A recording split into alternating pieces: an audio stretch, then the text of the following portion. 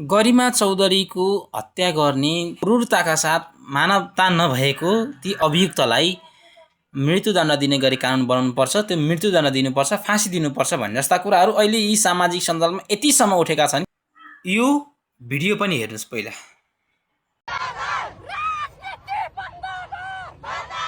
थोरै के भनौँ कि जस्तो लाग्यो, त्यही भएर म यहाँ बोल्दैछु।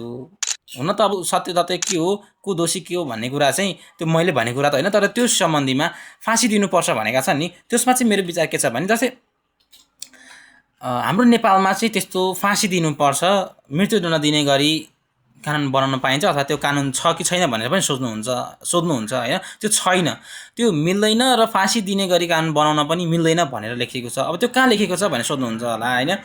संविधानको धारा 16 को उपधारा 2 मा के भनेको छ भने कसैलाई पनि मृत्युदण्ड दिने गरी कानुन बनाउन पाइने छैन भनिएको छ। अब त्यो कारणले गर्दा पनि क्यापिटल पनिसमेन्ट दिन पाइएन भन्ने कुरा छ, स्पष्ट रूपमा भनेको छ, संविधानमै त्यो कुरा लेखिएको छ। तर कतिपय कानुनका जानकार अथवा कतिपयले के भन्नुहुन्छ भने संविधान भनेको संशोधन गर्नुपर्छ, संविधान संशोधन गरेर मृत्युदण्ड दिने गरी कानुन बनाउन पाउनुपर्छ भने त्यो कुरा पनि आवाज उठेको छ। त्यो कुरा एकदम सराहनीय छ, एकदम ठिक छ, त्यो आवाज उठ्नु एकदम जायज नै हो।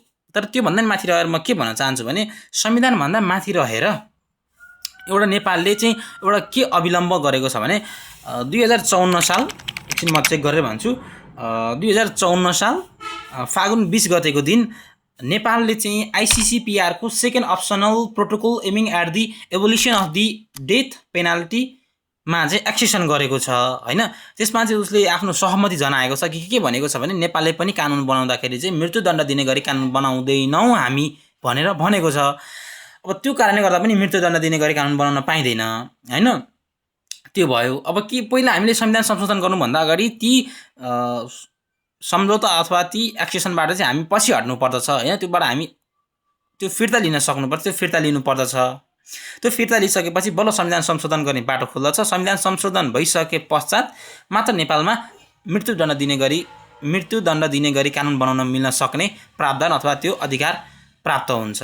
त्यो भयो होइन, कुरा यो कानुनको पट्टि भयो। अर्को भनेको यी जुन घटना घटेको छ यसमा गरिमा चौधरी ती सानो बालिका जसले आफ्नी आमा बाहेक आफ्नो छरछिमेक बाहेक कसैलाई चिन्दिनन्, त्यति सानो कलिला ती छोरी समानको आफ्नो छोरी सरहको ती बालिकाको क्रूरताका साथ आँखा निकालेर जिब्रो काटेर हत्या गर्नु भनेको त्यो मानवता भन्दा पनि बाहिरको कुरा हो। त्यसलाई सानो घटनामा गन्न सकिँदैन, त्यसलाई सानो कुरामा लिन सकिँदैन।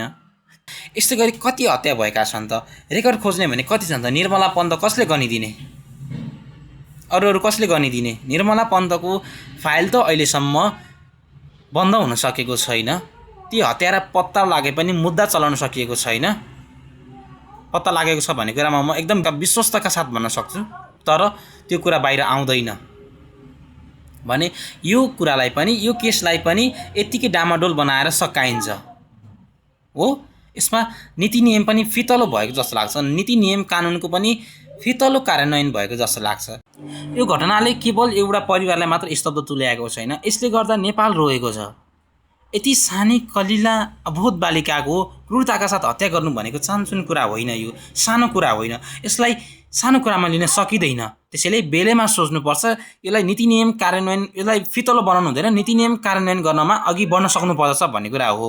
इनिसा विक, शालिन पोखरेल यी यस्ता पात्रहरू हुन् जसलाई चाहिँ यसरी प्रयोग गरिएको छ कि उनीहरू एउटा खेलौना हुन्, कठपुतली हुन्। एउटा मानव भएर एउटा मानवता बिर्सनु हुँदैन। आफ्नो छोरी समानको मान्छेलाई, आफ्नो छोरी सरहको मानिसलाई, एउटा अबोध बालबालिकालाई यतिसम्म क्रूरताका साथ व्यवहार गरेर दर्शाउँदा यसले समाजमा अति नै व्यापक नकारात्मक प्रभाव पार्दछ। यो कुरामा ध्यान जानुपर्दछ। ती दुई मानव रूपी दानवहरूलाई कडाभन्दा कडा सजाय दिलाउनु पर्दछ। मेरो विचार के हो भने अब यस्ता घटना हुन दिनु भएन। अब हामी चुप बस्न हुँदैन नि त। यस्ता घटनाले गर्दा समाजमा कस्तो प्रभाव पार्छ त्यसमा पनि त हाम्रो धारणा हुनुपर्छ, त्यसमा पनि त हाम्रो विचार हुनुपर्छ नि त। सधैँ हातमा हात बाँधेर त हुँदैन नि त, उठ्न सक्नु पर्यो नि त। आज यो होला, भोलि यो होला, पर्सि अर्को घटना होला, त्यसमा पनि चुप लागेर यतिकै बोलेर बस्ने त, बोलेर मात्र त समाधान हुँदैन नि त। त्यसैले राज्यलाई झकझकाउन सक्नु पर्यो कि गर्नु पर्यो, हामीले गर्नु पर्यो। त्यसैले म दुई हात जोडेर बिन्ती गरेँ, यसरी चुप बस्न हुँदैन। भइरहेको आन्दोलन अथवा भइरहेको अझै रिभोल्युसन प्रोटेस्टमा हामीले आफ्नो सहभागिता जनाउँ। हाम्रो तर्फबाट सक्दो आवाज उठाउनु पर्दछ, चुप बस्नु भएन। सम्बन्धित निकायको ध्यान जानु पर्दछ यसमा। अहिलेको हाम्रो नयाँ सरकारलाई पनि यसमा एकदम ध्यानाकर्षण होस्। गृहमन्त्रीज्यूले भनिसक्नु भएको छ, त्यही हो। र यो कुरालाई चाहिँ हामीले अन्तर्राष्ट्रिय रूपमा समेत फैलाउन सक्नुपर्दछ।